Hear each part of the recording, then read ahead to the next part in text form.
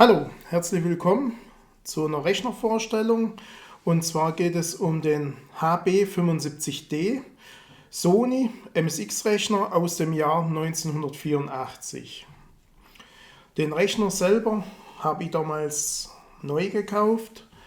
Es ist auch mein allererster erworbener, wo ich selber gekauft habe, ein Rechner. Ja, er hat jetzt im Namen das D. Und das D ist für die deutsche Version. Ihr seht, er hat hier die Querz-Taste.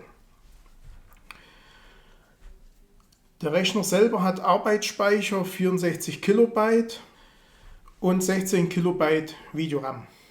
Die Spezifikationen, wie für MSX üblich, sind Z80A Prozessor mit 3,58 MHz. PSG Sound, er hat 2 Cartridge Slots. Er enthält eine deutschsprachige Firmware mit Adresse, Terminplaner und Notizen. Diese startet automatisch beim Start des Rechners. Wir haben hier den Powerschalter ein- und aus. Hier haben wir den Cartridge Slot 1, Reset-Knopf und hier die Power-LED.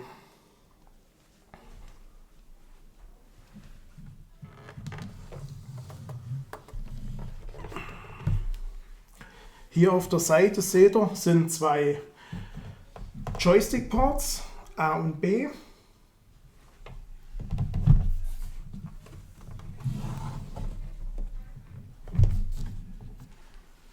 Und hier hinten haben wir den Cartridge Slot 2. Hier ist jetzt bei dem noch ein Deckel drauf. Den kann man wegschrauben und dann ist so eine Kunststoffhalterung, dass genau die Cartridge reingeht, dass sie noch zusätzlich Halt hat. Ich habe das jetzt da wieder zugemacht, weil im Endeffekt er staubt ja sonst nur voll. Hier haben wir für den Drucker den Anschluss, den HF-Anschluss. Dann haben wir hier einen Video-Audio-Anschluss für ein Tape, also die Datasette. Und hier haben wir den RGB-Anschluss und das Netzkabel.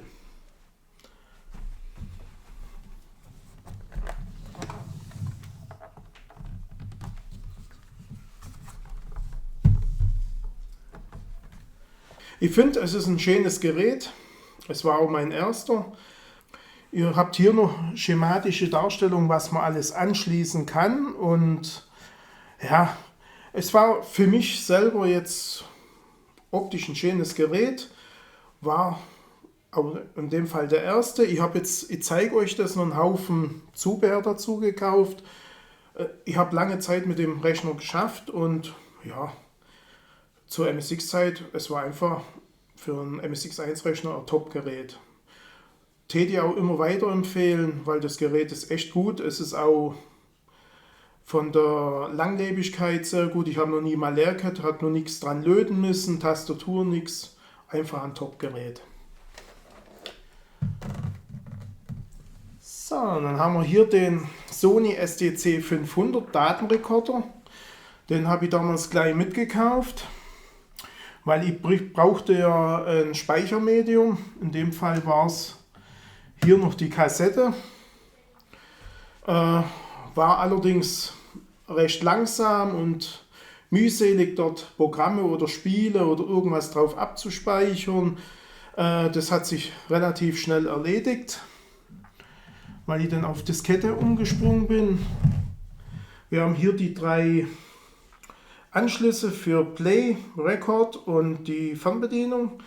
Wir haben hier noch einen Anschluss für ein Netzteil.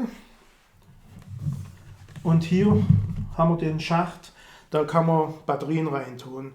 Ich habe meiste Zeit am Anfang mit Batterien betrieben, allerdings war das relativ teuer und dann habe ich mir das Netzteil noch besorgt. So, dann haben wir hier den HBD 50, das Kettenlaufwerk. Das ist ein einseitiges 3,5 Zoll Laufwerk für 360 Kilobyte Disketten. Das D steht für die deutsche Version. Es ist quasi die Beschriftung auf dem Gerät in Deutsch. Ja, ich verlinke euch oben nochmal ein Video und da zeige ich euch verschiedene Floppies und da erzähle ich auch ein bisschen mehr zu den einzelnen Geräten.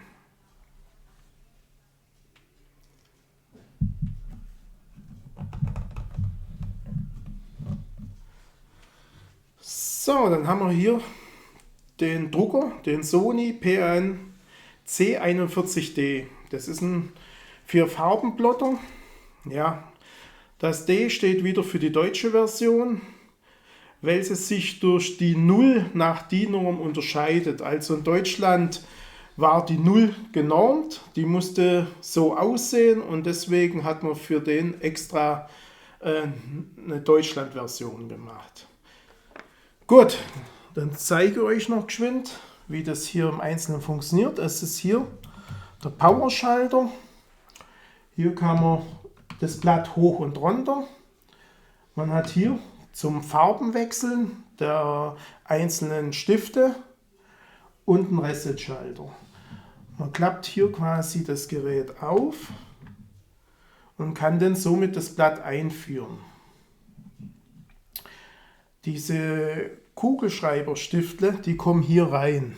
Da ist dieses Ärmchen, das kann man hochklappen und dann kann man den Stift jeweils reinlegen. Und man muss gucken, da ist unten eine Markierung, welche Farbe wo reinkommt, damit er ja nachher weiß, schwarz bei schwarz, rot bei rot. Ja, es ist hier noch zum Verstellen für die Größe vom Blatt, vom Einzug her. Es war also ein schönes Gerät. Man hat hier noch eine Halterung für so ein Endlospapier, so ein kleines, das war so eine Papierrolle. Die habe ich sogar noch, glaube ich, in der Schachtel. Ich blende euch auch da nochmal den Karton ein. Ja, also ich habe lange Zeit mit dem Drucker geschafft. Gut, das Druckbild war natürlich nicht so schön, weil es ein Plotter ist, aber es war trotzdem ein interessantes Gerät und dies zum Zeichnen war interessant. Wir haben viele Bilder damit gezeichnet. In Basic haben wir da programmiert, das war relativ einfach. Also mir hat der Drucker relativ viel Spaß gemacht und ich bin auch froh, dass ich ihn noch habe.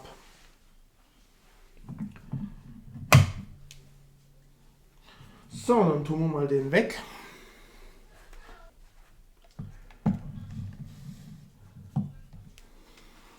So, dann haben wir hier den Joystick JS55. Ja, das ist ein solider Joystick mit Kabel. Das war so vom Anfang der erste. Das war bei der Grundausstattung dabei, wo ich gekauft habe. Was halt ein bisschen komisch ist, ihr müsst mit dem oberen Kopf steuert ihr und nicht mit dem also hier mit dem Ärmchen. Es ist so ein bisschen gewöhnungsbedürftig. Ich bin an für sich da jetzt so klar gekommen damit, habe mir dann auch andere gekauft, aber wie gesagt, das Ding funktioniert noch, er ist relativ solide. Ja, es ist auch schwer zum Bekommen, glaube ich. Also ich habe den nicht oft gesehen bei eBay oder so. Das ist ja jetzt noch einer von meinen. Bin froh, dass ich ihn habe.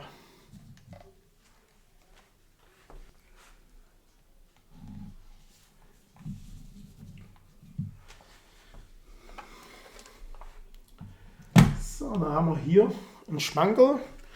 Das ist was ziemlich Seltenes. Ja, und zwar den Sony JS75. Das ist jetzt ein kabelloser Joystick mit Empfangsteil. Das Empfangsteil seht ihr hier. Hier sind auch zwei Kabel zum Anschließen. Und der Joystick selber hier. Ja, den habe ich mir mal gekauft, weil ich fand das kabellose sehr interessant. Das hat auch gut funktioniert. Ja, ihr kennt jetzt quasi, da gibt es nochmal ein Paket, wo nur der Joystick drin ist. Dann könnt ihr zwei Joysticks an diesen Empfänger anschließen. Den habe ich allerdings nicht gekauft, weil ich den nie gebraucht habe, was ein bisschen blöd war, weil ich glaube, das wäre heute schon ein paar Euros wert. Ich blende euch hier nochmal die Schachtel ein davon. Ja, wie gesagt, der Joystick ist relativ gut. Ihr habt hier noch einen Schalter für A und B. Die Feuerknöpfe, Ja, es ist ein sehr solides Gerät. Ich habe ein paar Stunden mit dem schon gespielt. Funktioniert auch noch. Man kann eine Batterie reintun. Das Ding funktioniert einwandfrei. Ja, man sieht ihn nicht sehr oft. Ich glaube, er ist auch relativ selten, wie bei MSX üblich. Bin froh, dass ich noch eine Sammlung habe, noch, dass er bei mir liegen geblieben ist. Ja, ist nur zum Empfehlen.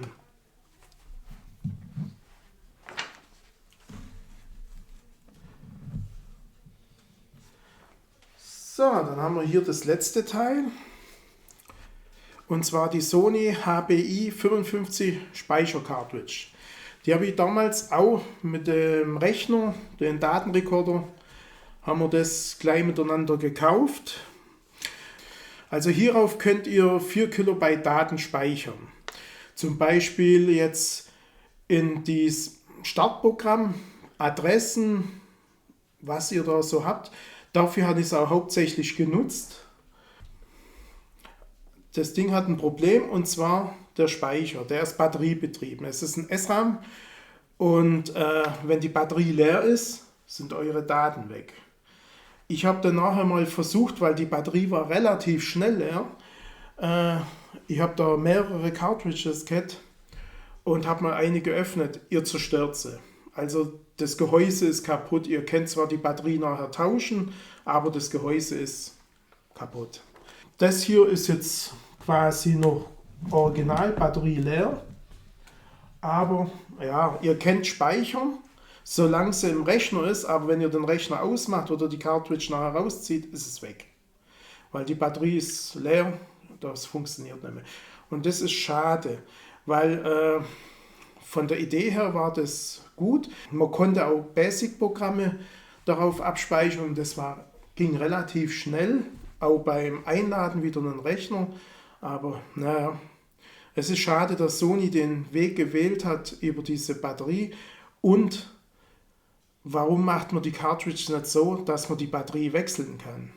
Das ist ein bisschen blöd gemacht. Also das war fabrizierter Müll im Grunde, weil diese Batterie einfach zu schnell kaputt ging.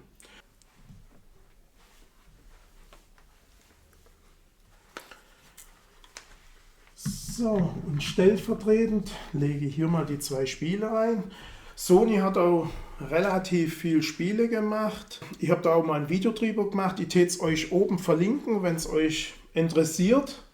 Dann könnt ihr das Video auch mal angucken, weil da waren auch gute Titel dabei, auch von Konami und so.